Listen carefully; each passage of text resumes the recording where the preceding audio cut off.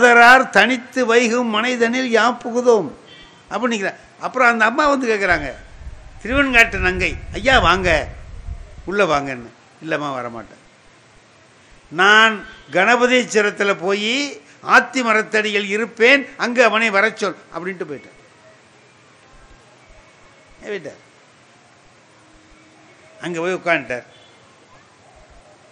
அப்போ அங்கேருந்து இவர் வந்து யாராவது வந்தாங்களான்ட்டு ஓடியாடுறார் சிறு தொண்டர். ஒரு சாமியார் வந்தார், வடநாட்டு சாமி, அது அங்கே போய் இருக்கு கணபதீஸ்வரத்தில் ஆத்தி மரத்தடியில். முடியாதா ஐயா? இறைவனுடைய அருளால் நீங்கள் எதை கேட்டாலும் தரக்கூடிய ஒரு நிலையில் நான் இருக்கேன், அதனால் எதை நீங்கள் கேட்டிங்கனாலும் நான் தருவேன். பசு வீழ்த்திட நாம் உண்பது, பசுவை அடிச்சு தான் நான் சாப்பிட்றதுன்ட்டார். அதுக்கு இவர் சொல்றார், முன்னிறையும் உடையேன்.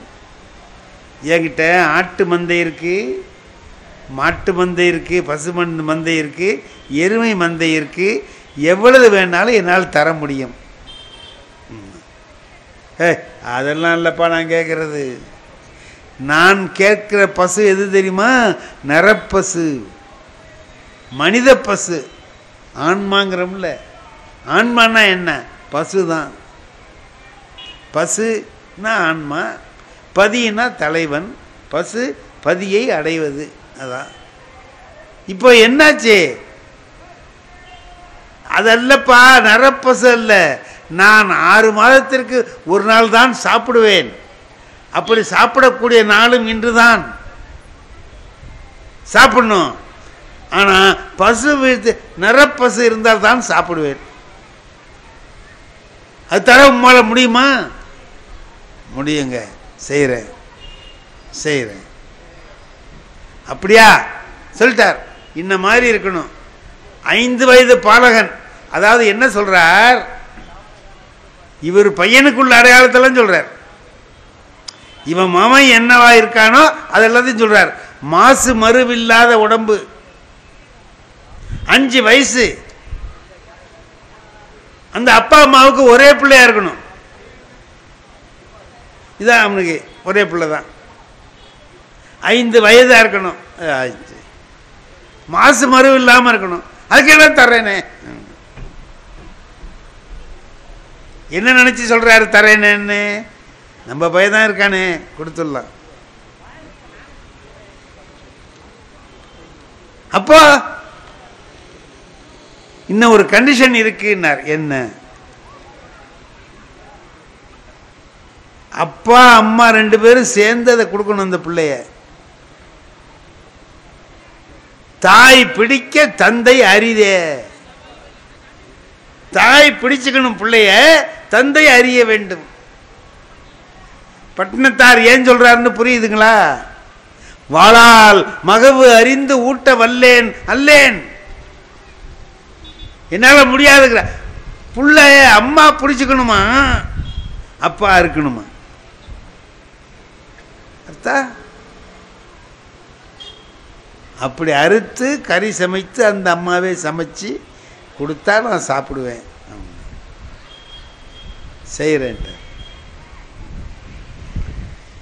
செஞ்சுட்டு வந்து கூப்பிடு போன்ட்டார். இப்போ இதான் கதை. பிள்ளையே கொடுத்தாகணும். இப்போ ஒரு வீட்டுக்கு வர்றார். அந்த அம்மா கிட்ட இதை சொல்லணுங்க. எப்படி இதை சொல்லுவான் ஒரு மனுஷன்?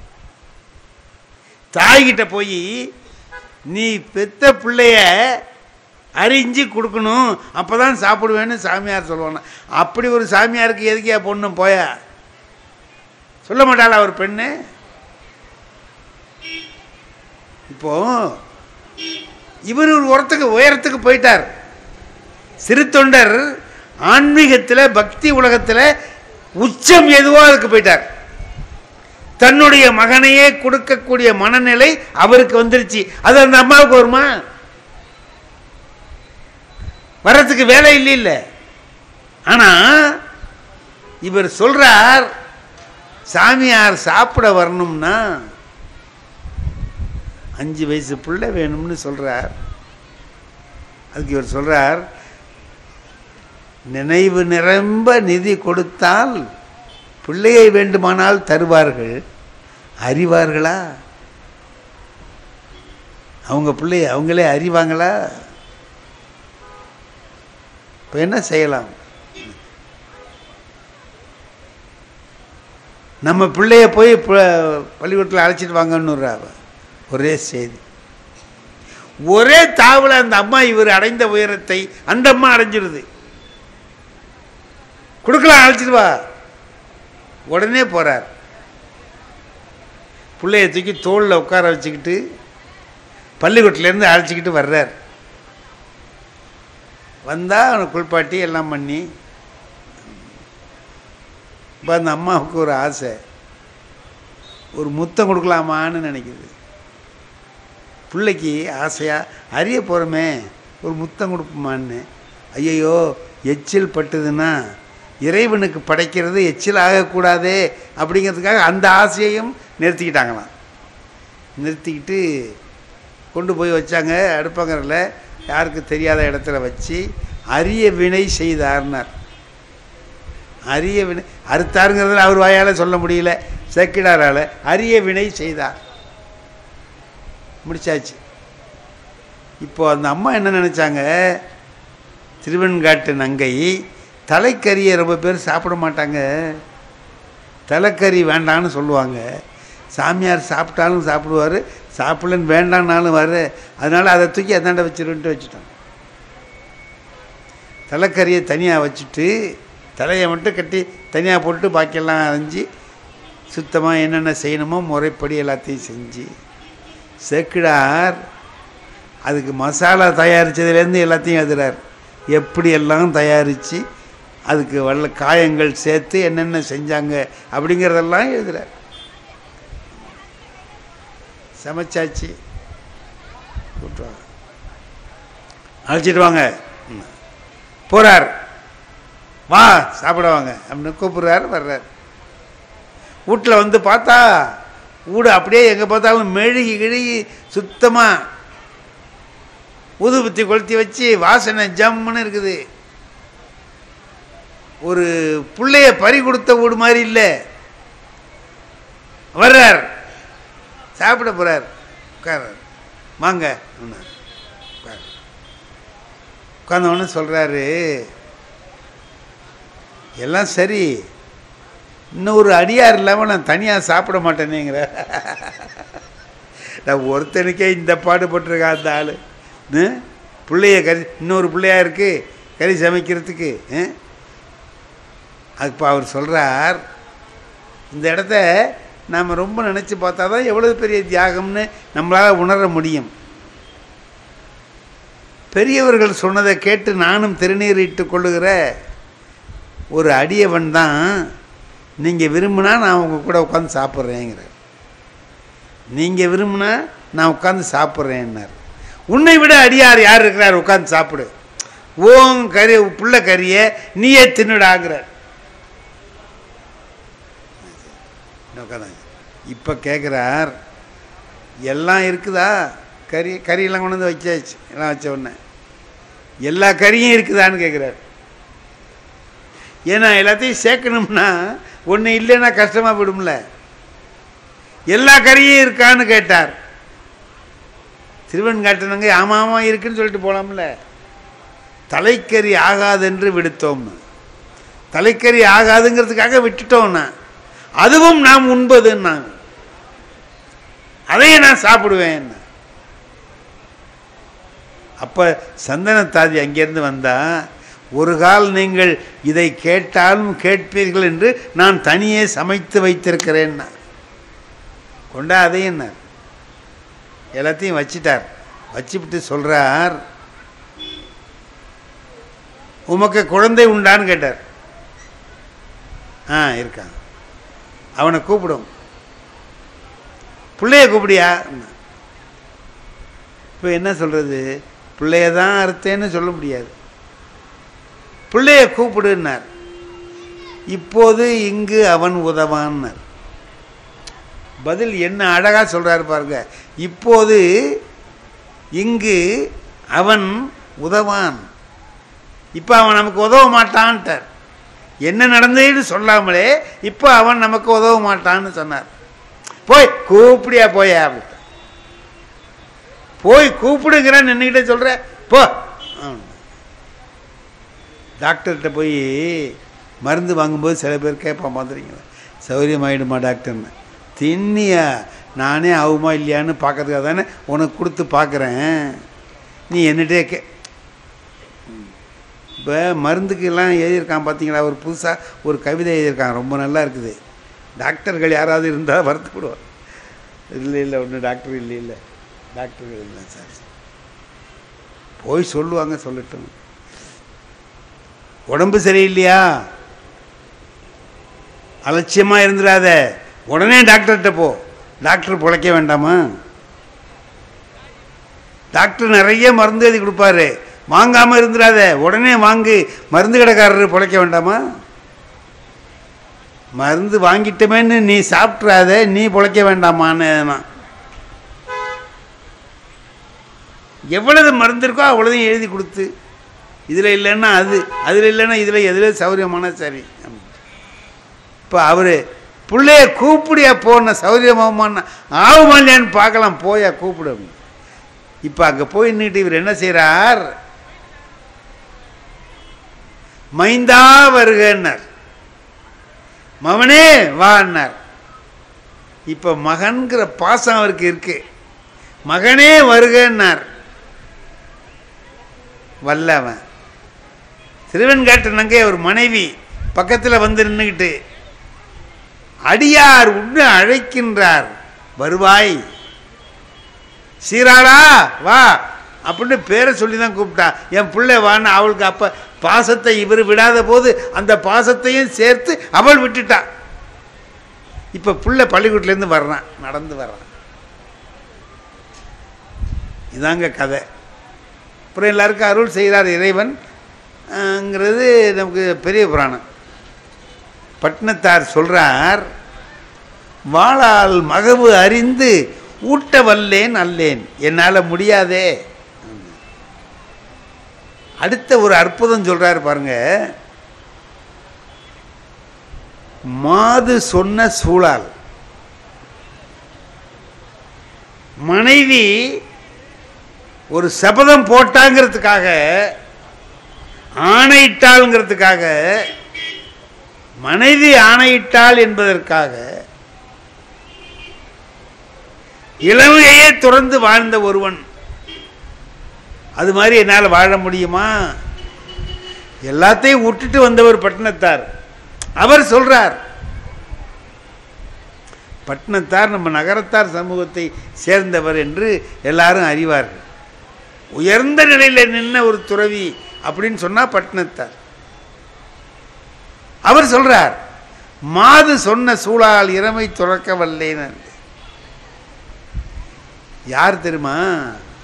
சிதம்பரத்தில் இருக்கிறார் திருநீலகண்டர். திருநீலகண்டர் அவருக்கு வேலை என்ன? மண் பாண்டம் செய்து விற்பது. குயவர். திருநீலகண்டத்து குயவனார்க்கும் அடியேன்கிறார் சுந்தரமூர்த்தி சுவாமிகள். திருநீலகண்டத்து குயவனார்க்கும் அடியேன். குயவர் அவர். மண் பாண்டம் செஞ்சு வியாபாரம் பண்றவர். சிவபெருமான்கிட்ட ரொம்ப பிரியமாக உள்ளவர், ரொம்ப பக்தி உள்ளவர். எதுக்கு எடுத்தாலும் என்ன சொல்லுவார் தெரியுமா? திருநீலகண்டம். சிவபெருமானை எவ்வளவோ பேர் சொல்லி அழைக்கலாம் இல்லையா? திருநீலகண்டம்னா அவருக்கு கண்டம் நீளமாக இருக்கும். விஷத்தை எடுத்து சாப்பிட்டார், ஆழகால விஷத்தை உண்டார், அது தொண்டையில் தங்கியது, அந்த கழுத்தை உடையவர். ஆகையினால நீலகண்டம், திருநீலகண்டம் அப்படின்னு ஒரு பேர்.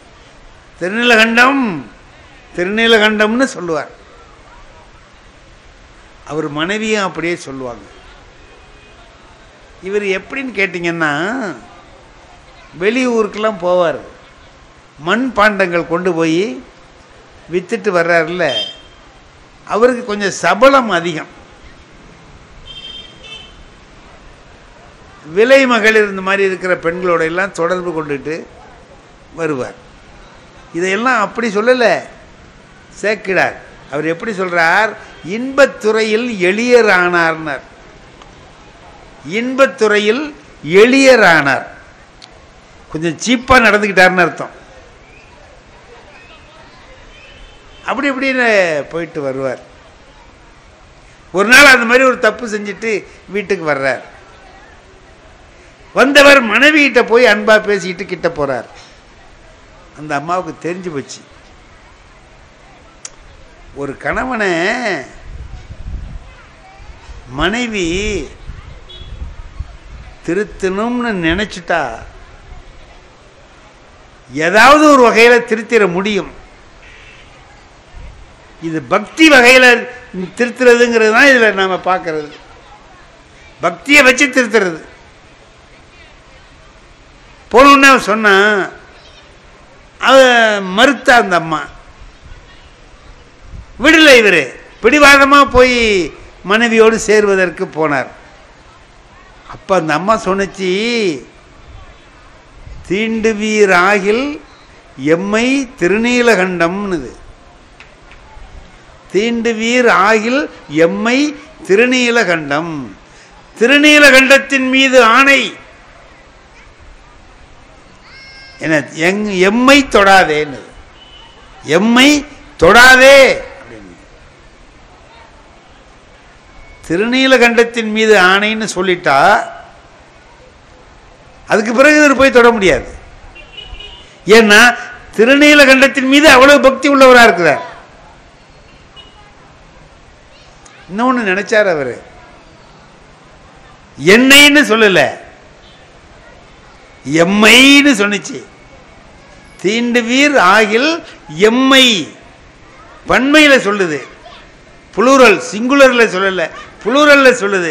எம்மை தீண்டுவீர் ஆகில் திருநீலகண்டம் அப்படின்னு எம்மை என்று. அதனால் எம்மைன்னு அந்த அம்மா சொன்னதுனால பிற மாதரார் தம்மையும் சிந்தையாலும் தீண்டேன்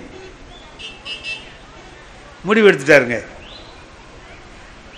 எம்மைன்னு அந்த அம்மா சொன்னதுனால இனி மனைவியை தொடர்றது மட்டுமல்ல, அவதான் என்ன தொடாதேன்னு சொல்லிட்டுது, தொட முடியாது, வேறு பெண்களையும் நான் தொட மாட்டேன். அப்படி வாழ்ந்தவர் தான் பட்டினத்தார். அவர் சொல்றார், மாது சொன்ன சூழால் இளமை துறக்க வல்லேன் அல்லேன்.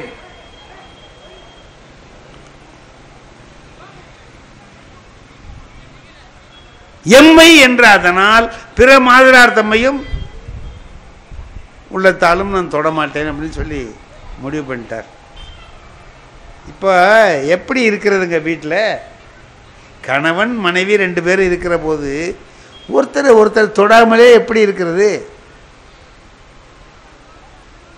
உடன் உறைவு மட்டும் இல்லை, மற்றது எல்லாம் செஞ்சாங்க அப்படின்னு எழுதுறாங்க.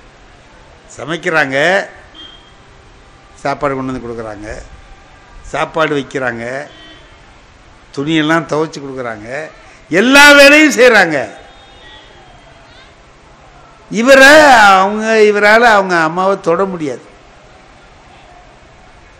இவர் வெளியிலையும் எந்த தொடர்பையும் இல்லாமல் நிறுத்திட்டார். வயசு ஆகிட்டே இருக்கு. இதில் இன்னொரு பெரிய விஷயம் சொல்றார். இந்த ஒரு சாதாரண விஷயம், கணவன் மனைவி சேர்ந்து வாழலைங்கிற ஒரு விஷயத்தை என்னால் முடியுமா அப்படின்னு பட்டினத்தார் சொல்றதுக்கு என்ன காரணம்? இந்த பிள்ளைய கறி சமைச்சு கொடுத்ததுக்கு சமமா இதையும் சொல்றாருல்ல. என்ன காரணத்தினால சொல்றாருன்னா, இவங்க 2 பேரும் ஒருவரை ஒருவர் தொடவே இல்லை அப்படிங்கிற விஷயம் அயல் அறியா வண்ணம் வாழ்ந்தார்னார். அயல் அறியா வண்ணம் வாழ்ந்தாராம். 2 நாளில் வெளில தெரிஞ்சிடும். பெண்கள் பேசிக்குவாங்க, பேசிக்கிட்டு ஒருத்தருக்கு ஒருத்தர் பழி அங்கே அப்படின்னு சொல்லி அப்படி அப்படி அப்படி பரவிடும், எங்கே பார்த்தாலும் பரவிடும். இந்த அம்மா வெளியில் அது தெரியாதபடி எல்லாம் சரியாக இருக்கிறது மாதிரி காட்டிக்கிட்டு வெளியில் இருக்கிறாங்க. வயது ஆகிக்கிட்டே இருக்கு. இவங்க 2 பேரும் பக்தி காரணமாக ஒருவரை ஒருவர் தொடாமல் வாழ்ந்து கொண்டிருக்கிறார்கள்ங்கிற விஷயம் யாருக்குமே தெரியாதுல்ல. இப்ப பெருமான் என்ன நினைக்கிறார், இவர்களுடைய அந்த உயர்ந்த தியாகத்தை உலகமறிய செய்ய வேண்டும். இவங்க செய்திருக்கிறது பெரிய தியாகம், அதை உலகறிய செய்ய வேண்டும்னு நினைச்சு அவர் வர்றார். இவர் என்ன செஞ்சார், ஓடு அழித்து ஒழுகும் நாளில்னு சொல்லுவார் சேர்க்கிறார். வர்றவங்க எல்லாருக்கும் திருவோடு செஞ்சு கொடுப்பார். அவரு குயவர், அவரால் முடிஞ்ச தொண்டு அறம் என்னடான்னா ஓடு எடுத்து கொடுக்கறது. வர்றவங்களுக்கெல்லாம் ஒரு ஓடு கொடுத்து எடுத்துட்டு போங்க. அவர்கிட்ட சிவபெருமான் வர்றாரு, கிழ வேதியரா வர்றார். வந்தவர் என்ன பண்றாரு, அவரு ஒரு ஓட்டை கொடுக்குறாரு. இவரே எல்லாருக்கும் ஓடு கொடுக்குறாரு. ஓடு கொடுக்கிறவருக்கு அவரு ஒரு ஓட்டை கொடுக்குறாரு. ஐயா அண்ணா என்ன அண்ணா, எனக்கு ஒரு உதவி செய்யணுமே என்ன. யாரு, சிவபெருமான். என்ன செய்யணுங்க ஐயா சொல்லுங்க, நீங்க எது சொன்னாலும் செய்கிறேன் அப்படின்னு. இந்த ஓடை கையில் இருந்தால் உடஞ்சி போயிடும், நீங்கள் கொஞ்சம் வச்சிருக்க, நான் திரும்ப வந்து கேட்கும்போது கொடுக்கணும். ஓடு தானே கொடுங்கன்னார். ஓடு தானே நினைக்காத, இந்த ஓடு எப்படிப்பட்டது தெரியுமா, கொடுக்கும்போதே சொல்கிறார். 3 உலகத்தில் தேடினாலும் இதே மாதிரி கிடைக்காது. அப்படியாக்க இப்படியாக்கன்னு என்னென்னமோ சொல்லி அவனுடைய பெருமைகளை எல்லாம் சொல்லி 1000 பொன் கொடுத்தாலும் இது வாங்க முடியாதப்பா.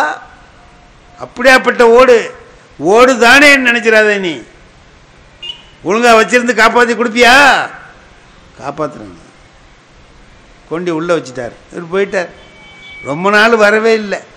அவருக்கும் வச்சதெல்லாம் மறந்து போச்சு. ஆனால் வச்சுட்டார், அப்படியே வச்சிருக்கார். ஒரு நாளைக்கு வர்றார். சிவபெருமானே சேக்கிடார் என்ன சொல்றார் தெரியுமா, வைத்து வாங்க வல்லான்னார். வைத்து வாங்க வல்லான். இவன் யாரு, சிவபெருமான் என்ன சாதாரண ஆளா? வைக்கவும் அவரால் முடியும், வாங்கவும் அவரால் முடியும். இவர் கொண்டு வச்சதை காணாடிச்சு விட்டார். அவர் யார், அவரு காணாடிச்சிட்டார். திருநீலகண்டர் காணாடிக்கல, பெருமான் அதை காணா போகும்படியாக அருள் பாலித்து விட்டார். இப்போ வர்றார். என்ன தெரியுதான்னார். ஆமாம், நீங்கள் எப்போ பார்த்த மாதிரி இந்த எங்கிட்ட சில சமயத்தில் சில பேர் என்ன செய்வாங்க, ஐயா என்ன தெரியுதாம்பார். நாங்கள் சும்மா வச்சு தெரியுதா, எனக்கு உங்களை தெரியாதா அப்படிங்கிறது. யார் சொல்லுங்கள் பார்ப்போம், மாட்டிக்குவோம். நிறைய பேரை பார்க்கறது மறந்து போடும். சில பேர் டெஸ்ட்டு வச்சுருவாங்க, யார் சொல்லுங்கள் பார்ப்போம் அப்படிமா. சில பேர் டாக்டருக்கே டெஸ்ட்டு வச்சுருப்பான், பார்த்துறீங்களா. எங்கள் ஊரில் ஒருத்தன் என்ன பண்ணால், டாக்டர்கிட்ட போனால் அவர் இப்படி எல்லா டெஸ்ட்டும் பண்ணார். மூச்சை விடு, நல்லா விட்டுடுன்னார். உங்ககிட்ட வந்தால் ஊச்சை விட்டு தானே போகணும், என்ன பண்ணுறதுன்ட்டு இங்கே திரும்பு, அங்கே திரும்ப நீங்கள் வச்சார், நாக்கை நீட்டுன்னார். என்னென்னமோ பண்ணி பார்த்துட்டு கடைசியில் சொன்னார், உனக்கு என்ன பண்ணுதுன்னு கேட்டார். இவன் நம்பால் போனவன் கேட்டான், இப்போ நீ எதுக்கு இவ்வளதும் பார்த்த, என்னமோ நீயே கண்டுபிடிக்கிறது மாதிரி எல்லாம் பார்த்துவிட்டு இப்போ என்ன பண்ணுதுன்னு என்கிட்ட கேட்குற அப்படின்னார். யோ என்ன பண்ணுதுன்னு சொன்னதானே, அதுக்கு எதுக்கு நீ இவ்வளவு பார்த்த நீ கண்டுபிடிக்கணும்ல, எங்கே கண்டுபிடி பார்ப்போம் என்னன்னு. அவர் டாக்டர் கெட்டிக்காரரு. இந்த பாரு, அப்படின்னு ஒன்று நீ சொல்லாமலே கண்டுபிடிக்கணும்னா அதுக்கு ஒரு டாக்டர் இருக்கார். அடுத்த தெருவில் நமக்கு தெரிஞ்ச டாக்டர் தான்ப்பா, 3ஆம் நம்பர் வீட்டில் இருக்கிறாரு, அவரை போய் பாருன்னா. சரி, நீ அங்கே போய் பார்த்தா கால்நடை டாக்டர்னே இருக்காங்க. அதுதான் சொல்லாமலே செய்கிறது. அவனா யோசித்து செய்வான். நீ சொல்லணும்டா, உனக்கு என்ன பண்ணுதுன்னு சொல்லணும்னா.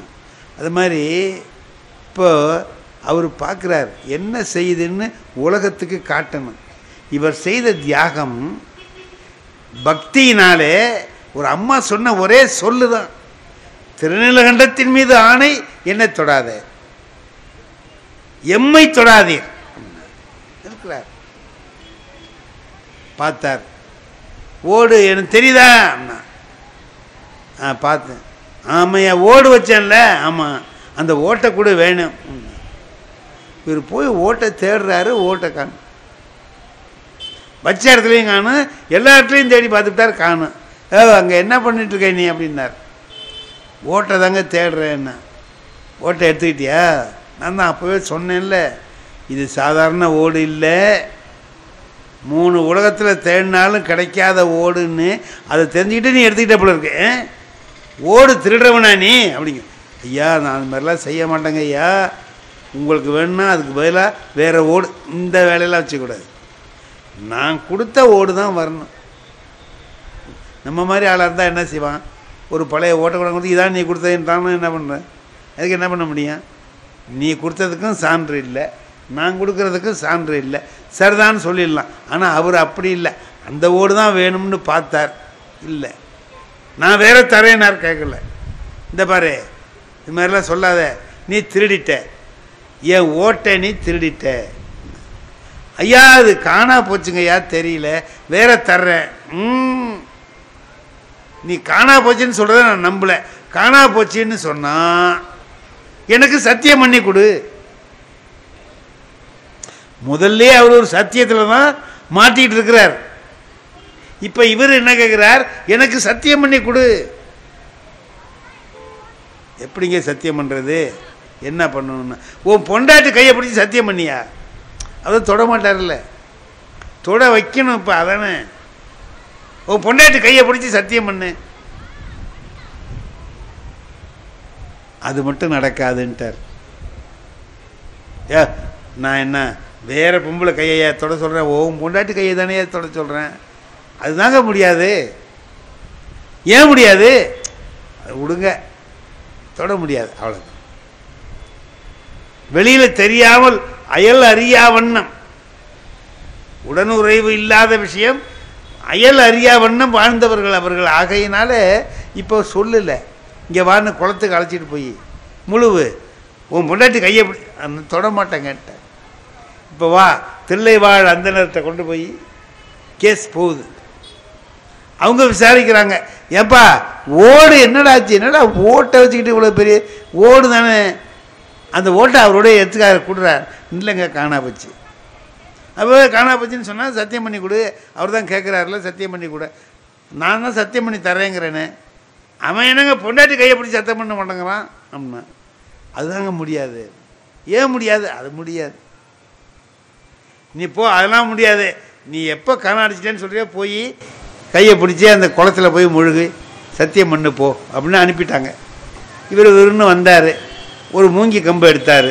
நீ அந்த பக்கத்தை பிடி, நான் இந்த பக்கத்தை பிடிக்கிறேன்னு 2 பேரும் முழுவுனாங்க. இந்த மூங்கியை தொட சொல்லணா, பொண்டாட்டி கையில் தொட சொன்னேன், நீ மூங்கியை பிடிக்கிற. யா மூங்கியை தாங்க பிடிக்க முடியும், வேற ஒன்றும் பிடிக்கிற மாதிரி இல்லைன்ட்டார். என்னடா உண்மையை சொல்லுன்ட்டார். இப்போ உண்மையை சொல்லும்படியாக நிலைமை வருது. அப்படி சொல்லுகிறார். இறைவன் அவர்களுடைய அந்த பக்தியை மெச்சி அவர்களுக்கு இளமையை வழங்கினான் என்பதுதான் திருநீலகண்டர் புராணம். இந்த புராணத்தில் என்னங்க தெரியுது நமக்கு? இளமையை தியாகம் பண்ணியிருக்கிறாங்க. அதில் எப்படிப்பட்டவர்? ஒரு பழக்கம்னு சொன்னால் பழக்கத்தை மாற்றிக்க முடியுமா யாரா? இவரோ பிற பெண்களோடு பழகி பழகி பழகியவர். அப்படிப்பட்டவரை இன்னொரு பெண்ணோடு இல்லை, ஓ மனைவியோடைய பழகக்கூடாது, வேறு பெண்ணோடையும் பழகக்கூடாதுன்னா அதுலேருந்து திடீர்னு வர முடியுமா? இப்போது குடிச்சிக்கிட்டு இருக்கிறான், குடிக்கிறவனை போய் திடீர்னு நிறுத்துறான்னா கொஞ்சம் கொஞ்சமாக நிறுத்துறேம்மா, கொஞ்சம் கொஞ்சமாக நிறுத்தி வருவான், மறுபடியும் கொஞ்சம் கொஞ்சமாக ஏற்றிடுவான், இப்படி போயிடுவான். அப்போ அதுவே முடியாத போது பெண்களோடு சேர்ந்து வாழ்ந்து வாழ்ந்து வாழ்ந்து பழக்கப்பட்ட ஒருவன் எப்படி அதிலிருந்து திரும்பி வர முடியும்? ஆகையினால முடியாது. ஆகையினால அந்த பழக்கத்திலேருந்து வர முடியாது. அவர் வர்றதுக்கு நினைக்கவும் இல்லை. ஆனால் அவ்வளவையும் சேர்த்து அவரை மாற்றியது எது என்று பார்த்தால் இறைவன் மீது வைத்த பக்தி ஒன்றுதான் அவரை தன்னுடைய பழக்கத்தை எல்லாம் மாற்றி நேர்மையாக வாழ வைத்தது. ஒரு மனைவி நினைத்தால் கணவனை திருத்தலாம் என்பதை காட்டுகிறது இந்த புராணம். சிவபெருமான் முருகனையும் விநாயகரையும் கூப்பிட்டுட்டு நேரா பார்வதியோட கங்கை கரைக்கு போயாச்சு. ஏன்னா இங்க குளிச்சுட்டா தான் பாவம் போகுது இல்ல, நேரா வீட்டுக்கு பேர் கிடைச்சிரும்ல. எல்லா மனுஷனுக்கும் அதானே. கடைசியில புத்தி வந்துருச்சும் போல சொல்லுவோம்ல, சாகும் போது சங்கரா சங்கராங்கிறோம். இப்ப என்ன பண்றோம், பண்ற பாவம் எல்லாம் வாங்க காசிக்கு போனா பாவம் தொலையும், நேரா போறோங்கிறோம். போயாச்சு. முருகப்பெருமான் கேட்டாராம், அதான் ஒரு நாளைக்கு 1,00,000 பேர் குளிக்கிறானேப்பா, 1,00,000 பேர் குளிக்கிறானேப்பா. அவர் சொன்னாரா, கொஞ்சம் பொறுமையா உட்காந்து பாருடான்னாராம். இந்த உங்களுக்கு தெரியும் பனிக்காலத்துல நம்ம எப்படி குளிப்போம்னு உங்களுக்கு தெரியும். முதல்ல நீர்நிலைகளுக்கு போனா டக்குன்னு போய் குளிச்சிட மாட்டோம். அன்னைக்கு திருச்செந்தூர்ல பாக்குறேன், அப்பா குளிக்க போனாரு, பட்டார்னு பையன் ட்ரௌசரை கழட்டி உள்ள விழுந்துட்டான். அம்மா தூக்கி சட்டார்னு அரைஞ்சாங்க. லூசு பையல, உனக்கு தான் நீச்ச தெரியாதுல, நீ எதுக்கு போறேன்னு. அவன் திருப்பி கேட்டான், அப்பாவுக்கு தான் தெரியாதுன்னு. அவர் பேர்ல 50,000 ரூபாய்க்கு இன்சூரன்ஸ்ல பணம் இருக்குடா, நீ சும்மா இருடா அப்படின்ட்டாங்க. சரி அது இருக்கட்டும். இப்ப நல்லா கவனிச்சுக்கங்க. ஒரு 80 வயசு பெரியவர் முதல்ல லேசா போய் கங்கையில காலை விட்டாரு. முதல்ல எப்போதுமே இந்த குளிக்கும் போது புது தண்ணியில என்ன பண்ணுவோம்னா, அது நமக்கு ஒத்துக்குதான்னு அப்படியே சில்லுப்புக்கு பார்த்தோம். கொஞ்சம் இன்னும் காலை விட்டாரு, கொஞ்சம் உடம்ப விட்டாரு, அடுத்து உள்ள விட்டாரு. அந்த ஆத்து தண்ணி இவரையே தூக்கிடுச்சு. இது மனிதனுடைய இயல்பு. 80 வயசு, நிலை தடுமாறிடுச்சு, போயிட்டாரு. பக்கத்துல இருக்க மனைவி சொன்னா, ஐயோ என் வீட்டுக்கார கங்கை தூக்கிட்டா, என் வீட்டுக்கார கங்கை தூக்கிட்டா, காப்பாத்துனா. 10 பேர் ஓடி வந்தான் காப்பாத்துறதுக்கு. இந்த அம்மா கிட்டக்கு வந்து கை நீட்டினா, நீங்க பாட்டுக்கு சடார்னு என் புருஷனை காப்பாத்திர முடியாது. என்னம்மா நீ தான் இப்ப காப்பாத்துன்னு கத்தின, காப்பாத்துறதுக்கு வந்தா கையை நீட்டி நோ என்ட்ரின்னு போர்டு போட்டு நீங்க நினைச்ச மாதிரி காப்பாற்ற முடியாது. என்ன ப்ராப்ளம்னா, தப்பே செய்யாதவங்க தான் என் புருஷனை தொட்டு தூக்கணும். தப்பு செஞ்சவங்க தூக்கினீங்கன்னா உங்களையும் கங்கை தூக்கிடுவா. நீங்களும் போய் என் புருஷனும் போயிட்டா, என் புருஷன் போயிட்டான்னா நான் திருப்பி இங்க இருந்து ஊருக்கு போக மாட்டேன், நானும் கங்கையில செத்துருவேன்னா. இந்த வந்த 10 பேரும் போனா, ஒருத்தனை காப்பாத்துறதுக்கு எதுக்குடா 10 பேரை கங்கை தூக்குவாளேன்னு திருப்பிட்டான். 25 வயசு பையன்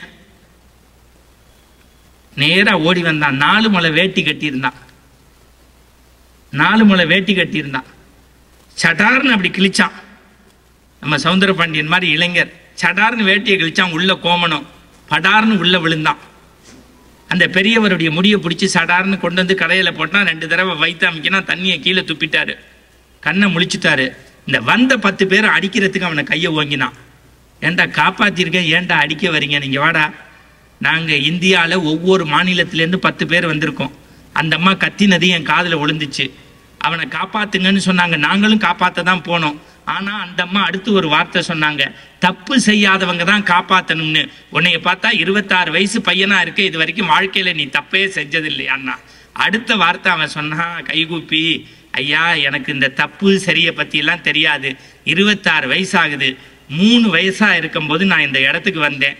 இது வரைக்கும் ஒரு நாள் நான் கங்கையில குளிச்சது கிடையாது. ஆனா ஒன்னே ஒண்ணு, இந்த மண்ணை எடுத்து காலைல பல்லு விளக்கி கங்கை தண்ணியை எடுத்து வாய் கொப்பளிச்சுட்டு போவேன். இங்க நிறைய ஆச்சாரியர்கள் நெற்றி நிறைய திருமண்ணை இட்டுக்கிட்டும் திருநீரை பூசிக்கிட்டு உக்காந்துருப்பாங்க. எல்லாரும் பிண்ட பிதுர் தர்ப்பணம்னு செய்வாங்க. பண்ணி முடிச்சோன்னு 3 பிண்டத்தை கொடுத்துட்டு பின்னாடியா போட்டு 3 தடவை மொழியிருங்க, உங்க பாவமெல்லாம் போயிடும், பாவமெல்லாம் போயிடும், பாவமெல்லாம் போயிடும்பாங்க. என்னுடைய 3 வயசுல இருந்து 26 வயசு வரைக்கும் கேட்டு கேட்டு பழுதாய் போச்சு. நான் இது வரைக்கும் 23 வருஷமா பாவம் செஞ்சதாவே வச்சுக்கங்களேன். இப்ப கங்கையில குளிச்சுட்டேன்னா என்னுடைய பாவத்தை கங்காதேவி எடுத்துருவாங்கிற நம்பிக்கை இருந்துச்சு. அதனால விழுந்து காப்பாத்திட்டேன்னா. நல்லா தெரிஞ்சுக்கங்க. அடுத்த வார்த்தை அவன் சொன்னான், எனக்கு வேதம் ஆகமம்லாம் தெரியாதியா, நான் பக்கத்து மயான பூமியில வேலை பார்க்கிற புலையன். அடுத்த வார்த்தை சிவபெருமான் முருகனை பார்த்து சொன்னாரா, கங்கையிலையும் காசியிலையும் ஒரு நாளைக்கு 1,00,000 பேர் குளிக்கலாம்டா, 1,00,000 பேர் குளிக்கலாம்டா, 1,00,000த்துல ஒருத்தன் தாண்டா நம்பிக்கையோட குளிக்கிறான். இது யார் சொன்னதுன்னா, ஆதிசங்கர பகவத் பாதாவினுடைய வாழ்க்கை குறிப்பை எடுத்து பார்த்தீங்கன்னா, அவர் கங்கையில குளிச்சுட்டு வெளியில வராரு. சும்மா அவர் இருந்தாலும் சீடர்கள் இருக்க மாட்டாங்கல்ல, சாமி வராரு, தள்ளி போ சாமி வராருன்னா. ஒரு புலையன் பார்த்து கேட்டான், யாரா சாமின்னா. அவர் தான்னா. அபவுட்டன்ல திரும்பி நின்று, உன் உடம்புலையும் ரத்தம், என் உடம்புலையும் ரத்தம், நான் ஏன் ஓரமா போகணும்னு. அந்த இடத்துல ஆதிசங்கரர் சொன்ன வார்த்தை தான், எனக்கு காவியை தந்தது ஆரியாம்பிகை, எனக்கு ஞானத்தை தந்தது காசி விஸ்வநாதர் ஒரு புலையனின் ரூபத்தில். நீங்க பெரிய கங்கைக்கும் காவிரிக்கும் கோதாவரிக்கும் காசிக்கும் போய் காசை கொட்டி குளிக்கிறது முக்கியம் இல்ல. நம்பிக்கையோடு நம்முடைய மண்ணினுடைய மரபார்ந்த விஷயம் என்னன்னா நம்பிக்கை, ஃபெய்த் இருந்தாதான் கடவுள் வருவான். இங்க அந்த அம்மா குறையொன்றும் இல்லை பாடினாங்க, அதுக்கு ஒரு நல்ல கைத்தட்டு கொடுக்கலாம் மேடத்துக்கு. ஏன்னா இந்த இறைவணக்க பாடல் ஒளிநாடா இல்லாம பாடி கேட்டாதான் அது பெருமை. அது எம்எஸ் அம்மா குறையொன்றும் இல்லை. உங்களுக்கு தெரியும், ஐநா சபையில் அந்த அம்மா மைத்திரி பஜனை பாடும்போது தொண்டை கட்டி போச்சு, குரல் எழுப்பல, என்னென்னமோ பண்ணி பார்த்தாங்க. ஐநா சபை வாய்ப்புங்கிறது. ஆனா ஒரே ஒரு வார்த்தை தான் அந்த அம்மா நம்பிக்கையோடு பெரியவருடைய திருநீரை வாயில போட்டிருக்காங்க. இன்னி வரைக்கும் சொல்றாங்க, எனக்கு நான் எப்படி பாடினேன்னு தெரியலன்னு. அந்த நம்பிக்கை தான். அவங்க இறக்குறதுக்கு ஒரு 2 ஆண்டுக்கு முன்னாடி, நான் அப்ப ரொம்ப சின்ன, இதை விட கம்மியா இருப்போம், போய் கேட்டிருக்கோம். அவங்க சார் இது போலி விளம்பரத்துக்காக நான் செய்யல, கண்டிப்பா அவர் கொடுத்த திருநீரை, அதனால்தான் இன்னைக்கு பாபா கோயிலுடைய உதிய நம்பிக்கையோடங்கிறான். நான் என்ன சொல்றேன், அப்பல்லோவுக்கு போகும்போது நம்பிக்கை இருக்கோ இல்லையோ, ஆண்டவன்கிட்ட போகும்போது நம்பிக்கையோட போங்க. ஏன்னா கடவுள் போட்டு பார்த்துட்டான்ல. ஆடிக்காரில் போறதுதான் பெருசுன்னு நினைச்சோம், இப்ப ஆஸ்பத்திரிக்கு போகாம இருக்கிறது தான் பெருசுன்னு நினைக்கிறோம். அதானே உண்மை. இந்த மண்ணினுடைய மரபு எதுன்னா நம்பிக்கையோட நீங்க கடவுளை கும்பிடணும் சார், நம்பிக்கையோட கும்பிடணும். இப்ப இந்த வைகுண்ட ஏகாதேசி நடந்துச்சு, ராப்பத்து பகல் 10ன்னு பூலோக வைகுண்டம்னு பேரு உங்க ஸ்ரீரங்கத்துக்கு. வைணவ தலங்கள்ல அதான் நம்பர் 1, பூலோக வைகுண்டம்னு பேரு. ரங்கநாதர் பள்ளி கொண்டு இருக்கக்கூடிய அழக அங்க போய் பார்க்கணும். அதை எப்படா ரசிக்கணும்னா எங்க குலசேகர ஆழ்வாரோட ரசிக்கணும். அவர் தான் சொல்லுவார், எப்படா பெருமாள்கிட்ட வேண்டுவார்னா, படகேடாயாகேனோ பார்க்குவளையாகேனோ தொட்டு விரல் தொட்டருளும் சுண்ணாம்பு ஆகேனோ மிதியடியாகேனோ நாற்காலி ஆகேனோ எது வேணும் ஆகேனோ நாராயணாம்பாரு. நீங்க நம்புறது நம்பாது உங்க விருப்பம். தூத்துக்குடியில பஸ்ல ஏறி இருக்கேன், என் பக்கத்துல ஒரு தண்ணி வண்டி ஏறிட்டாப்புல. நீங்க சிரிக்கிறீங்க, என்னால சிரிக்க முடியல. உண்மை சார், ஏறினது பெருசு இல்ல, உங்க பேச்சுன்னா எனக்கு பிடிக்கும்னா. திருப்பி 5 நிமிஷம் கழிச்சு உங்க பேச்சுன்னா எனக்கு பிடிக்கும்னா, பாண்டிச்சேரிக்காரராப்பான்னு. ஏன்னா அவன் தான் 8 மணிக்கு மேல சொன்னதே 2வது தடவை சொல்லுவான். ஆமா சார்னு, எனக்கு கொஞ்சம் வாந்தி வரும்னா. நான் அதை தப்புன்னு சொல்லல, அவன் வாயி அவன் எடுக்கிறான். ஆனா உங்களுக்கு தெரியும்ல, செமி ஸ்லீப்பர் பஸ்ல என்னன்னா ஃபிளைட் மாதிரியே இருக்கும். இப்பெல்லாம் டோர் போட்டுட்டான், ஸ்கிரீன் போட்டுட்டான், நீங்க திறக்க முடியாது முன்னாடி மாதிரி. ஆனா இப்ப எல்லா ஆம்னி பஸ்லயும் முன்னாடி கேரி பேக் வச்சிருக்கான், ஃபிளைட்ல வைக்கிற மாதிரி, எடுத்து இப்படி வாந்தி எடுத்துக்கலாம். நீங்க நம்ப மாட்டீங்க, ஆம்னி பஸ்ஸுக்கும் மார்ச்சுரிக்கும் பெரிய வித்தியாசம் இருக்காது. செமி ஸ்லீப்பர்னு இருக்கும், படுக்கவும் முடியாது நிமிரவும் முடியாது, இப்படியே தான் இருக்கணும். நம்ம யூரின் போனா கூட அடுத்தவன்கிட்ட கேட்டு தான் போகணும். அவனை நம்மளை எட்டி எட்டிப்பா, நம்ம காசு கொடுத்தா கூட. ஐயா சில பேர் நம்மளோட பஸ்ல ஏறி ஸ்ரீரங்கம் வந்தா எழுப்பிருங்கம்மா. நம்ம தூத்துக்குடியிலேருந்து முழிச்சுக்கிட்டே வரணும். ஸ்ரீரங்கம் வந்தோன்னே இவன் ஸ்கிரீனை தள்ளி பெருமாளேன்னு குப்பரப்படுத்துருவான். இவன் தூங்குறதுக்கு நம்ம முழிக்கணும். இது மாதிரி 1000 அனுபவங்கள் நடக்கும். சரி, நான் அவன் வாய் அவன் தண்ணி போட்டிருக்கான், நமக்கு எனக்கு வாந்தி வரும், நான் நீ எடுத்துக்கோப்பான்ட்டேன். நான் சாமி சத்தியமா சொல்றேன் சார், தூத்துக்குடியில ராத்திரி 8:45 பஸ் எடுக்கும் போது அப்படின்னா எடுக்கல. திருநெல்வேலி 10:30 அப்படின்னா எடுக்கல. 12:30 மணி திண்டுக்கல் குமட்டி எடுக்கிறான், எடுக்கல. 3 மணி திருச்சி வயிற்றுல இருந்து எடுக்கிறான், எடுக்கல. 4:30 மணி மேல்மருவத்தூர் அப்படின்னா எடுத்துருவான்னு நினைச்சேன், எடுக்கல. 6:30 மணி தாம்பரம் அப்படின்ட்டு அந்த பைய எடுத்து ஜிப்பால வச்சு இறங்கிட்டான், ஜெகன் போட்டிருக்க ஜிப்பா மாதிரி. நீங்க சிரிக்கிறீங்க, நான் ராத்திரி 8:45 அவன் வாயை பார்க்க ஆரம்பிச்சேன். காலைல 6 மணி வரைக்கும் அவன் அதுவும் இவருக்கு நல்ல கைத்தட்டி அடுத்த வாந்தி எடுக்கிறது எப்படின்னு நான் பார்த்தா நல்ல சிரிப்பு பாத்தீங்க. இப்ப பாருங்க, நீங்க டாக்டர்கிட்டே போக வேண்டாம், என்ன இன்னைக்கு செக் பண்ணுங்க, உங்களுக்கு பிபி சுகர்லாம் இருக்காது. நான் உண்மையா சொல்றேன், வாழ்க்கையில இந்த டிவியில பார்த்து செயற்கையா கைத்தட்டி சிரிக்கிறத விட 10 பேரோட உட்காந்து சிரிங்க, நோயே வராது சார். இயல்பா வாழ்க்கையில ஜெயிக்கிறதுக்கே செருப்ப காலில் போடுங்க, சிரிப்ப வாயில போடுங்க, நல்லா இருப்பீங்க. மகிழ்ச்சியா இருங்க, ஹாப்பியா இருங்க. அந்த ஸ்ரீரங்கத்து பெருமாளை எப்படி சொன்னேன்? படையேடா ஆகேனோ, பார்க்குவளை ஆகேனோ, தொட்டு விரல் தொட்டரலும் சுண்ணாம்பு ஆகேனோ, மிதியடி ஆகேனோ, நாற்காலி ஆகேனோ, எது வேணும் ஆகேனோ. யாரு? குலசேகர ஆழ்வார் சொல்றாரு, பெருமாளே நீ உட்கார்ற சேரா இருக்கக்கூடாதா, நீ போடுற செருப்பா இருக்கக்கூடாதா, நீ தொடுற சுண்ணாம்பா இருக்கக்கூடாதான்னு கடவுள்கிட்ட வேண்டிக்கிறாரு. ஒரு பரம பக்தர் போறாரு ஸ்ரீரங்கத்துக்கு. ரங்கநாதர் படுத்திருக்காரு. நீங்க வாழ்க்கையில ஒரு தடவையாவது ஸ்ரீரங்கத்துக்கு போகணும் சார், அந்த பெருமாளுடைய அழகை பார்க்கணும். அதுவும் ராப்பத்து பகல் 10 அங்க போய் பார்க்கணும். சொர்க்க வாசல் அன்னைக்கு தான் போகணும்னு அவசியம் இல்லை, உங்களுக்கு எப்போ வாசக்கதவு திறக்குதோ அன்னைக்கு போங்க. ஆனா நம்பிக்கையோட போனா அன்னைக்கும் சொர்க்க வாசல் தான். இப்ப அது ரொம்ப முக்கியம் இல்ல. ரங்கநாதர்கிட்ட போய் புருஷனும் பொண்டாட்டியும் நிக்கிறாங்க. நம்மள மாதிரி எல்லாம் கிடையாது. நோட்டு நோட்டா ஸ்ரீராம ஜெயம் எழுதுவாங்க, நோட்டு நோட்டா ரங்கா ரங்கான்னு எழுதுவாங்க. ஆனா திருமணமாகி 10 வருஷம் ஆகி அவங்களுக்கு பிள்ளை பேர் இல்லை. ஆனா ரங்கன்ட்ட போய் சொன்னாங்க, நீ தான் தெய்வம்னு டெய்லி உன்னை காலில் விழுந்து வணங்குறேன். 10 வருஷமா காலில் எந்திரிச்சு பூஜை பண்றேன், மத்தியானம் பூஜை பண்றேன், ராத்திரி பூஜை பண்றேன். நம்ம இவர் சஞ்சீவி ராயன் சார் சொன்னாரு, இவர் கோவில்ல போனா ஒரு மாதிரி பேசுவாரு, கும்பாபிஷேகத்துல பேசுவாரு, இண்டஸ்ட்ரியிலையும் பேசுவாரு, என்ன பள்ளிக்கூடத்திலையும் பேசுவாரு. இப்ப நம்ம ஆன்மீகத்தை கொஞ்சம் டெப்தா பேசினா எல்லாரும் நம்ம சண்டைக்கு வரான். ஏன்னா நமக்கு வழிபாடே தெரியல. வழிபாடு 3 சார்: அருவ வழிபாடு, உருவ வழிபாடு, உருவ வழிபாடு. இது கொஞ்சம் கனமான சபைங்கிறதுனால நல்ல விஷயத்த பேசுறேன். ஏன்னா வெறும் ஜோக்கா சொல்லிடலாம், அது வெறும் சாக்க குளுக்கிற மாதிரி ஆயிரும். 4 விஷயத்த சொல்லிட்டு குளுக்கும் போது 2 ஜோக் சொல்லலாம். வழிபாடு 3 நிலை: அருவ வழிபாடு, உருவ வழிபாடு, உருவ வழிபாடு. இன்னைக்கு நடக்கிறது 3வது நிலை, உருவ வழிபாடு. 2 விஷயம்தான் கோவில் கும்பாபிஷேகம். ஒன்னு சாமியை கோவில்ல கட்டி கும்பாபிஷேகம் பண்றது, இன்னொன்னு இருக்கிற கோவிலுக்கு 12 வருஷத்துக்கு ஒரு தடவை கும்பாபிஷேகம் பண்ணணும். இடையில பண்ணுவாங்க. எப்படின்னா, அப்பெல்லாம் கதவு வசதி எல்லாம் இல்லாத விஷ ஜந்து, பாம்பு, இந்த மாதிரி விஷங்கள் சாமியை தீண்டிட்டா ஒரு கும்பாபிஷேகம் பண்ணுவாங்க. அதுக்கு பெரிய ஆகமம் பார்க்க வேண்டியதில்லை. இப்ப நான் திருப்பி ஒரு செய்திக்குள்ள கும்பாபிஷேகத்தை சொல்லிட்டு நான் வரேன். ஏன்னா அவர் சொன்னாரு, நல்ல விஷயத்த நம்ம சொல்லிடணும்ல, மறந்துடாதீங்க. தினசரி சாமிக்கு பூஜை நடக்குது இல்ல, அதுக்கு பேரு நித்திய பூஜைன்னு பேரு. 6 கால பூஜை பண்ணி தூப தீபம் காட்டணும். அதுல நிறைய குறை வச்சிடுறோம். இப்ப யாராலையும் அப்படி செய்ய முடியறது இல்ல. ஐயர் வசதிக்கு தான் கோவில் கதவையே நம்ம திறக்கணும். அது தப்பு இல்லை. நான் வசதியானவர்களை பத்தி சொல்லல. கிராமங்கள்ல தன் வயிற்றை கூட கழுவாமல் சாமிக்கு தீபம் போடுறாங்கல்ல சிவாச்சாரியார், அவர்கள் திருவடிகளை வணங்குவதற்கு நான் கடமைப்பட்டிருக்கிறேன்.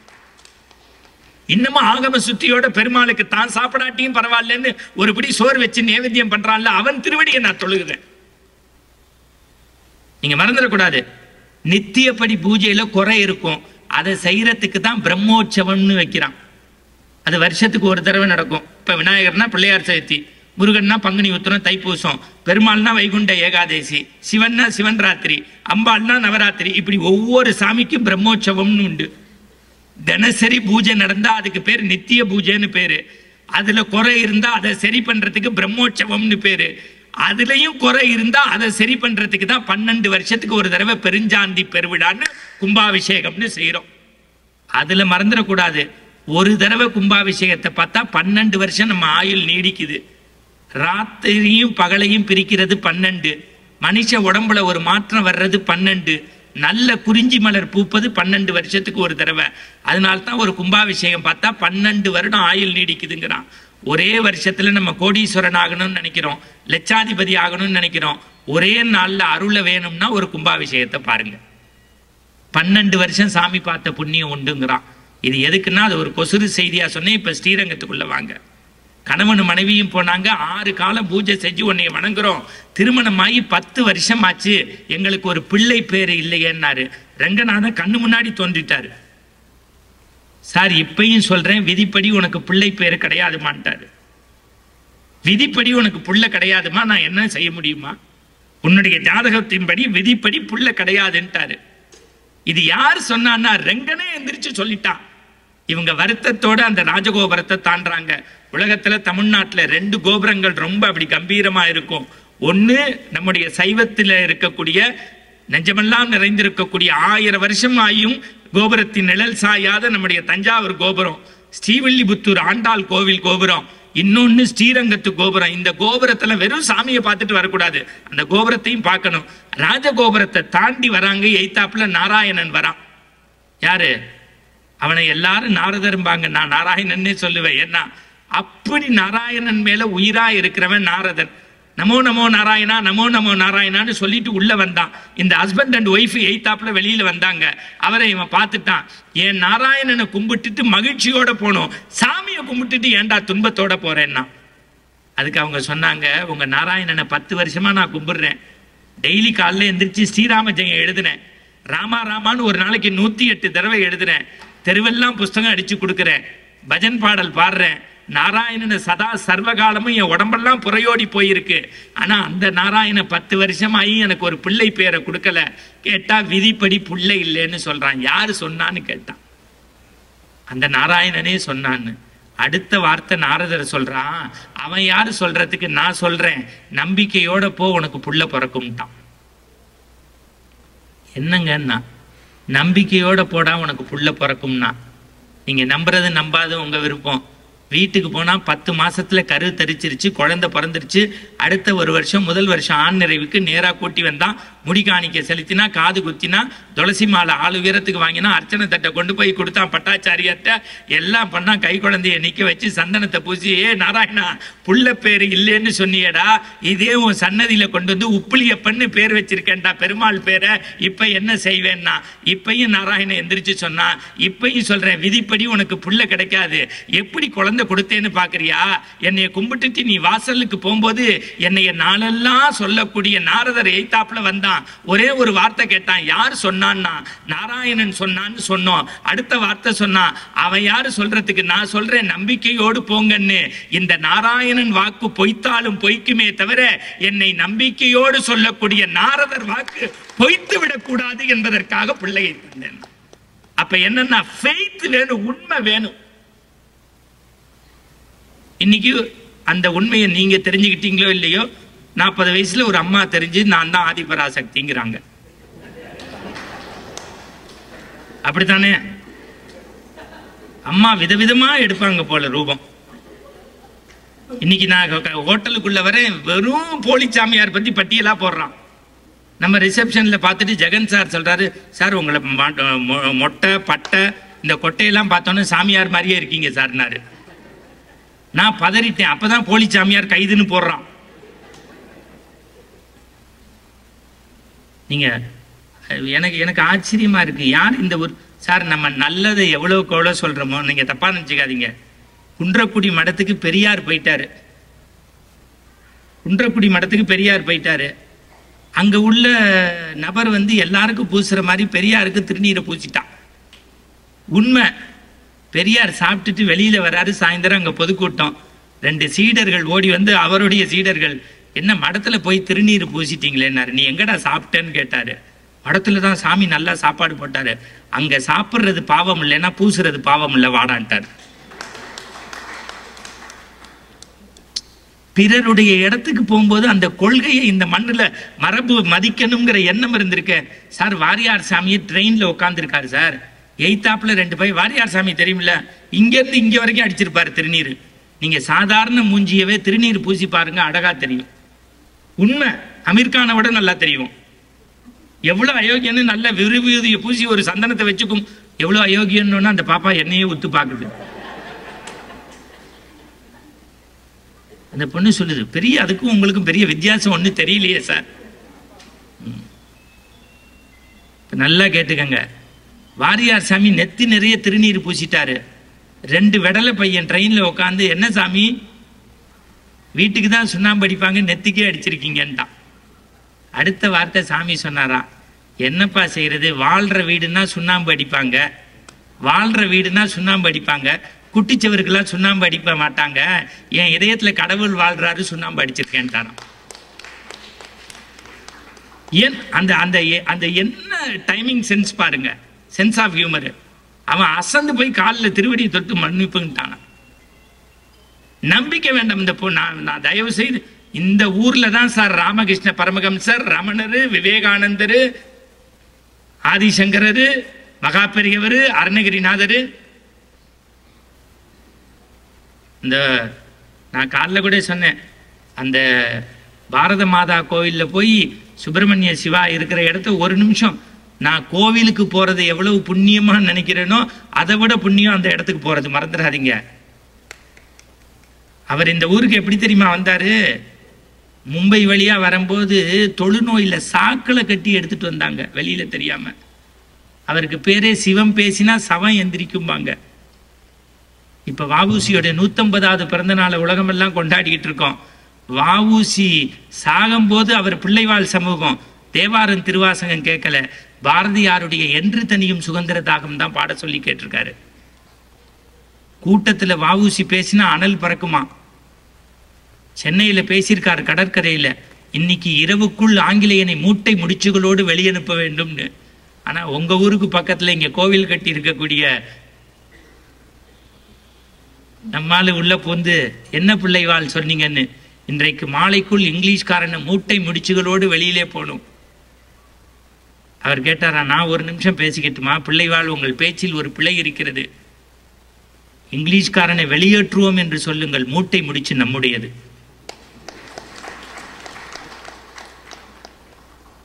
ஆனா அவரை கடைசி வரைக்கும் கேட்பாரற்று தொழுநோயோட வச்சிருந்தோம். இந்த போலி சாமியார்களுக்கெல்லாம் தயவு செய்து நான் ஒண்ணு சொல்றேன், இன்னைக்கு அவங்க மேல தப்பு இல்லை சார், நம்ம போய் சாமியார்களை குறி சொல்லியா மாத்திட்டோம். அவன்கிட்ட போய் புள்ள கொடுன்னு கேட்கிறோம், புரிஞ்சுக்கங்க. அவன் 1க்கு 2 கொடுத்துட்டு போறான்.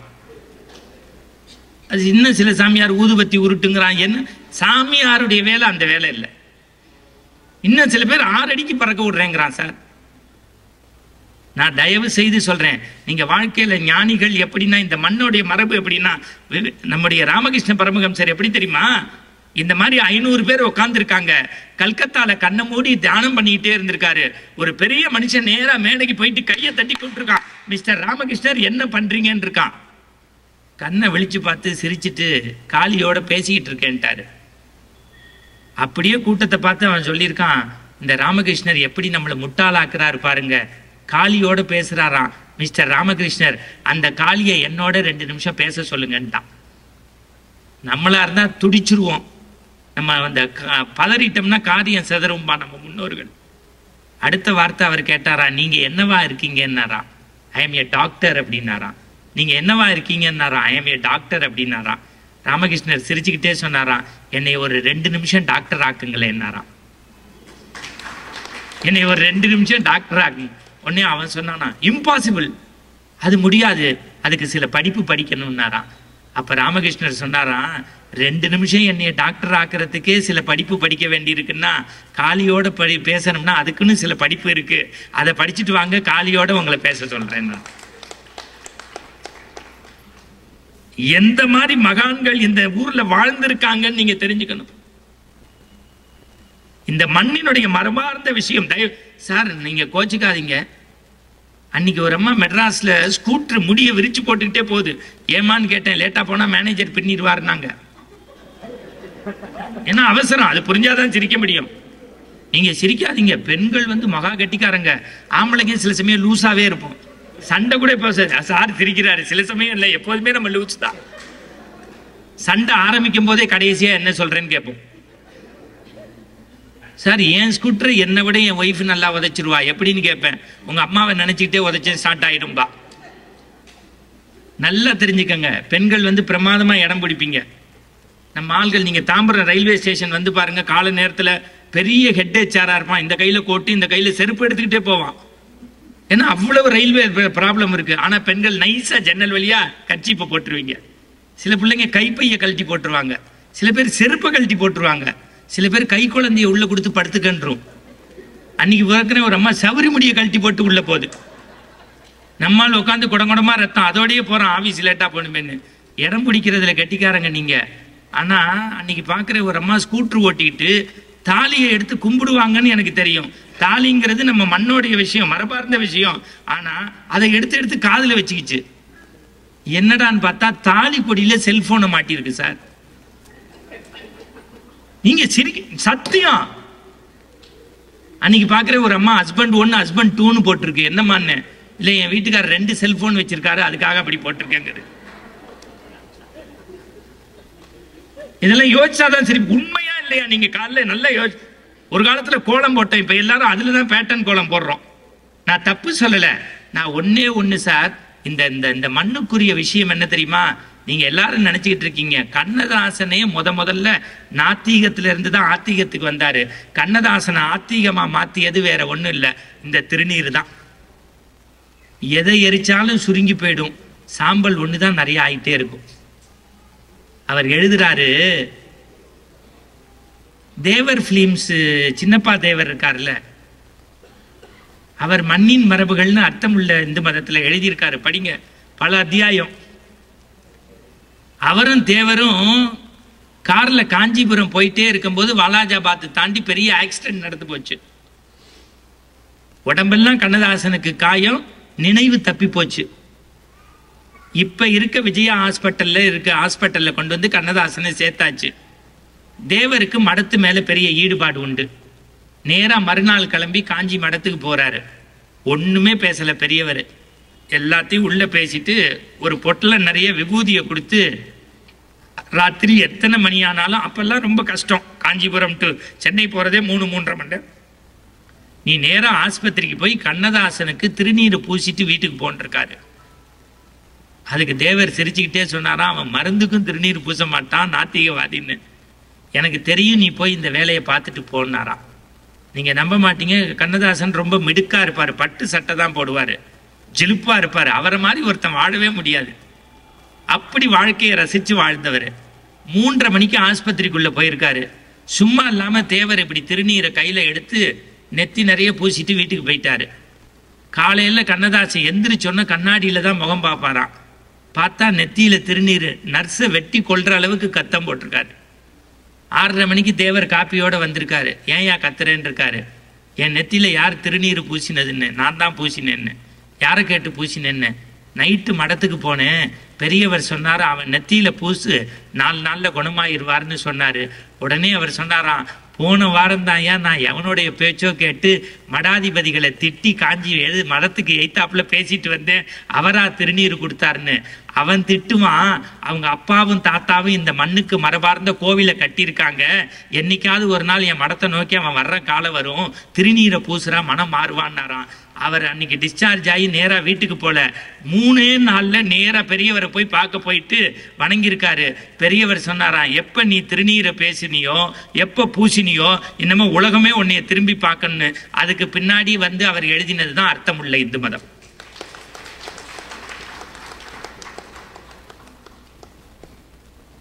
ஆனா திருநீர் பூசுறத நம்ம கேவலம்னு நினைக்கிறோம். இன்னைக்கு திருநீர் பூசாட்டியும் பரவாயில்ல, பான்ஸ் பவுடரை வச்சு பூனு ஊதி விடுறோம். உண்மையா இல்ல? நீங்க எனக்கு 2 நல்ல விஷயம். எனக்கு இந்த பாருங்க, இந்த 2வது அம்மாவை பார்த்தா அழகா குங்குமம். நான் ஏற்கனவே சொல்லியிருக்கேன், கண்ணதாசன் எழுதுறாரு சார், திருமணத்துக்கு முன்னாடி பெண்களுக்கு இந்த சின்ன பிள்ளைங்க குங்குமம் வைக்க கூடாதான், சாந்து போட்டு தான் வைக்கணுமா. ஏன்டான்னு கேட்டா அவர் எழுதுறாரு, ஏதாவது கோவிலுக்குள்ள இவங்க போனா, இப்ப அந்த பொண்ணுக்கு 22 வயசுன்னு வச்சுக்கோங்க, எய்த்தாப்புல இருக்க பெரியவங்க 2 பேரும் யோசிப்பாங்களாம், அந்த பொண்ணு பார்க்க மகாலட்சுமி மாதிரி இருக்காரு, நம்ம வீட்டுல இருக்க பையனுக்கு இந்த பொண்ணை பேசலாம்னு அவங்க அம்மா அப்பாட்ட பேசுறதுக்கு அடையாள சின்னம் தான் இந்த சாந்து போட்டான். அடுத்த வார்த்தை அவர் எழுதுறாரு, அப்ப குருக்கள் குங்குமம் கொடுத்துடுறாரு, என்ன பண்ணா, வாங்கி இந்த 2 விரல்ல இப்படி பூசணுமா, சீக்கிரம் என் கழுத்துல திருமங்கல் ஏறணும்னு. அதே குங்குமத்தை கல்யாணத்துக்கு பிறகு பெண்கள் எப்படி பூசணும்னா இப்படி பூசணுமா. என்ன, என்னுடைய தாயும் தந்தையும் கற்போட என்னை வளர்த்திருக்காங்கன்னு அடையாளமா. அதே குங்குமத்தை திருமணத்துக்கு பின்னாடி இங்க வைக்கணுமா. ஏன்னா எவனோ பிடிச்சி கட்டினால தாலி, அது நிலை பெறணும்னு இங்க ஒரு பொட்டான். அப்புறம் எதுக்கு சார் கதை விட்டு இங்க ஒண்ணுன்னு கேட்கலாம். இந்த 2 பொட்டு எங்க உடலோட இருக்கணும்னா, எங்க தலைக்கு மேலே இருக்கக்கூடிய இறைவா உன்னுடைய பாதமே கதின்னு சொல்லி இங்க ஒரு பொட்டு. இப்ப 3 பொட்டும் கிடையாது. பச்சை புடவை பச்சை சட்டை பச்சை ஓட்டு, சேப்பு புடவை சேப்பு சட்டை சேப்பு ஓட்டு, கருப்பு புடவை கருப்பு சட்டை கருப்பு ஓட்டு. அதுல பொட்டு இல்லாட்டி பரவாயில்ல, பாம்பு மாதிரி பள்ளி மாதிரி எல்லாம் ஒட்டிக்கிறாங்க. உண்மையா இல்லையா? அந்த பொட்டு நெத்தியில இருந்தா கூட பரவாயில்ல, ஃப்ரிட்ஜ் மேல, டிவி மேல, வாஷிங் மிஷின் மேல. அன்னைக்கு என் ஒய்ஃபு நானும் குலதெய்வ கோயிலுக்கு போயிருக்கோம். அங்க சின்ன ஒரு ரூம் மாதிரி இருக்கும், மாட்டு வால்ல வெட்டிட்டு போயிட்டா. குளிச்சுட்டு பொட்டு எடுங்கிற, நான் எடுக்க போறேன், ஐயர் மாட்டை அவுத்து விட்டாரு. நீங்க சிரிப்பீங்க, நான் ஒரு பொட்டுக்கு மாட்டு பின்னாடியே போயிருக்கேன். இது பெருசு இல்ல, தெய்வத்தின் குரல்ல பெரியவர் எழுதின போதுதான் அவருக்கு எனக்கு அப்படியே உயர்ந்து போயிட்டாரு. வீட்டுக்கு நவராத்திரின்னு கைம்பெண்கள் வந்துருவாங்க. யாரு விதவை பெண்கள் 6 பேரோட 7வது பொண்ணும் தயக்கமா வருவா. நீங்க இந்த 6 பேருக்கு வேண்டிய பிளவுஸ் பிட்ட கொடுப்பீங்க. அடிச்சார் பாருங்க. அதுலயே நம்ம ஆட்கள் கொடுக்கும்போது வேண்டியவங்களுக்கு ஒரு மாதிரி கொடுப்பான், வேண்டாதவங்களுக்கு விலை கம்மியா கொடுப்பான். ஐயர்களுக்கும் அவர் சொல்றாரு, நீங்க தவசத்துக்கோ திதிக்கோ இல்ல கணபதி ஹோமத்துக்கோ நவகிரக ஹோமத்துக்கோ வரும்போது 4 பேருக்கு கொடுக்கணும்னு நினைக்காதீங்க, 2 பேருக்கு கொடுங்க, நல்லதா கொடுங்கன்னு எழுதுறாரு. அடிச்சு தோச்சோன்னே கிழிச்சிற மாதிரி கொடுக்க கூடாதான். தானமும் தர்மமும் நம்ம எப்படி கொடு சார்? மாவளை கட்டினா அது வைப்ரேஷன்ங்கிறத ரொம்ப நாளைக்கு அப்புறம் தெரிஞ்சிருக்கோம். இப்ப ஏன் எல்லார் வீட்டு வாசல்லையும் மஞ்சள் தெளிக்கிறீங்க? மஞ்சள் நோய் கிருமின்னு எழுதியிருக்காரு சார். மங்கள மரபுல மஞ்சள் நோய் கிருமி. தொண்டையில புண்ணுன்னா மறந்துடாதீங்க, வெந்நீர்ல மஞ்சளை போட்டு வாய் கொப்பளிச்சா இந்த தொண்டை புண்ணு ஆறிடுமா. மஞ்சளுக்கு அவ்வளவுப்பட்ட இயற்கை குணம் உண்டா. அதை விட ரொம்ப பிரமாதமா சொல்றாங்க, வீட்டுக்கு வந்தோன்னு என்னடா இருக்கணும்னா வாசல்ல வாழை இலை இருக்கணுமா. ஏண்டான்னா எப்படி அது மரமா காயா தண்டா நாரா இருக்கோ அந்த மாதிரி அந்த குடும்பம் ஏதாவது ஒரு விதத்திலேயாவது பிறருக்கு பயன் தரத்தக்க மரபார்ந்த வாழ்க்கையை வாழுன்னு எழுதுறான். உள்ள நுழைஞ்சோன்னா மாவளை கட்டணுமா, அதுல ஒரு வைப்ரேஷன் உண்டா. வந்தவனை வான்னு சொல்லி தலவாழை இலை போட்டு சாப்பாடு போடணுமா. இலை போடுறது முக்கியம் இல்ல, சாம்பார்ல 2 கருவேப்பிலை இருக்கணுமா, ரசத்துல 2 கொத்தமல்லி இருக்கணுமா, சாப்பிட்றதுக்கு இலையில ஒரு கீரை இலையாவது இருக்கணுமா, சாப்பிட்டோன்னு ஜெரிமானம் பண்றதுக்கு ஒரு வெத்த இலையாவது கொடுக்கணுமா. இப்படி தமிழ்நாட்டில் இலைக்கு ஒரு அலை இருந்திருக்குன்னு எழுதுறான். இப்படி தமிழ்நாட்டில் இலைக்கு ஒரு அலை இருந்திருக்குன்னு எழுதுறான். அதுவும் அம்மா கையால இலையில சாப்பிட்டா நல்லதுன்னு எழுதுறான். நீங்க எதையோ நினைச்சு கை தட்டினீங்கன்னா அதுக்கு நான் பொறுப்பு இல்லை. ஆனா இன்னைக்கு நான் கேட்கிறேன், யாராவது இலை போட்டு சாப்பாடு, இலை மாதிரி பிளாஸ்டிக் பேப்பர் போட்டோமே. நம்ம எழுதுறான் சார், இந்த மண்ணை மக்க செய்யக்கூடிய விஷயங்கள் நாளாம் இந்த பிளாஸ்டிக் தட்டு, பிளாஸ்டிக் டம்ளர், பிளாஸ்டிக் ஜவுத்தால். நான் முதல்வருக்கு ஒரு விஷயத்துக்காக கைத்தட்டி நன்றி சொல்றேன், அந்த மஞ்சப்பையை அறிமுகப்படுத்தினதுக்காக. தயவு செய்து சொல்றேன், இந்த மண்ணை மக்கி போற செய்யக்கூடிய பிளாஸ்டிக் யூஸ் பண்ணாதீங்க. நம்ம கண்ணப்ப நாயனார் மாதிரி கண்ணு கொடுக்கறது, சிறுத்தொண்டர் மாதிரி பிள்ளைக்கறி கொடுக்கறது, பூசலார் மாதிரி கோவில் கட்டுறது, இயற்பகை நாயனார் மாதிரி மனைவி அமுச்சு வைக்கிறது, காரைக்கால் அம்மையார் மாதிரி தலையாலே நடந்து கையங்கறி போறது, கமலவதி மாதிரி தலைகுப்புற கட்டி கோச்சங்கடனை பெற்று கோவில் கட்ட வைக்கிறது முடியாது. பிளாஸ்டிக் பயன்படுத்தாம இருந்தாலே இந்த மண்ணுக்கு செய்யக்கூடிய மிகப்பெரிய நன்மையை நீங்க செய்றீங்க. அதை கொஞ்சம் முயற்சி பண்ணி பார்க்கலாமே. இந்த மங்கள மரபுகள்னு எழுதுறாங்க, அதுல சனி நீர் ஆடுன்னு எழுதுறான் சார். சனிக்கிழமை எண்ணெய் தேய்ச்சி குளிச்சா என்னன்னு ஒரு எழுதினாங்க சார் மரபுல. கண்ணு பொங்காதான், உடம்பு குளிர்ச்சியா இருக்குமா, நோய் வராதான், சூடு தணிக்குமா, உடம்புல பிபி வராம இருக்கணும்னாலே சனி. இப்ப என்ன வச்சாலே பிபி. யாருக்கு வச்ச, ஏன் வச்ச கேக்குறமா இல்லையா சார்? கிழிச துணியை போடாத தைச்சு போடுங்கிறோம். இப்ப பேண்ட்டை வாங்கி கிழிச்சுக்கிட்டு போறோம் சார். கிழிச்ச துணி போட்டா அவமானம்னு நினைச்சது போய் கிழிச்ச துணி போட்டா கௌரவம்னு நினைச்சிட்டோம் பாரு. இந்த தகவல் உங்களுக்கு பிடிச்சிருந்தா லைக் பண்ணுங்க, உங்க ஃப்ரெண்ட்ஸுக்கு ஷேர் பண்ணுங்க, மறக்காம எங்க சேனலுக்கு சப்ஸ்கிரைப் பண்ணுங்க.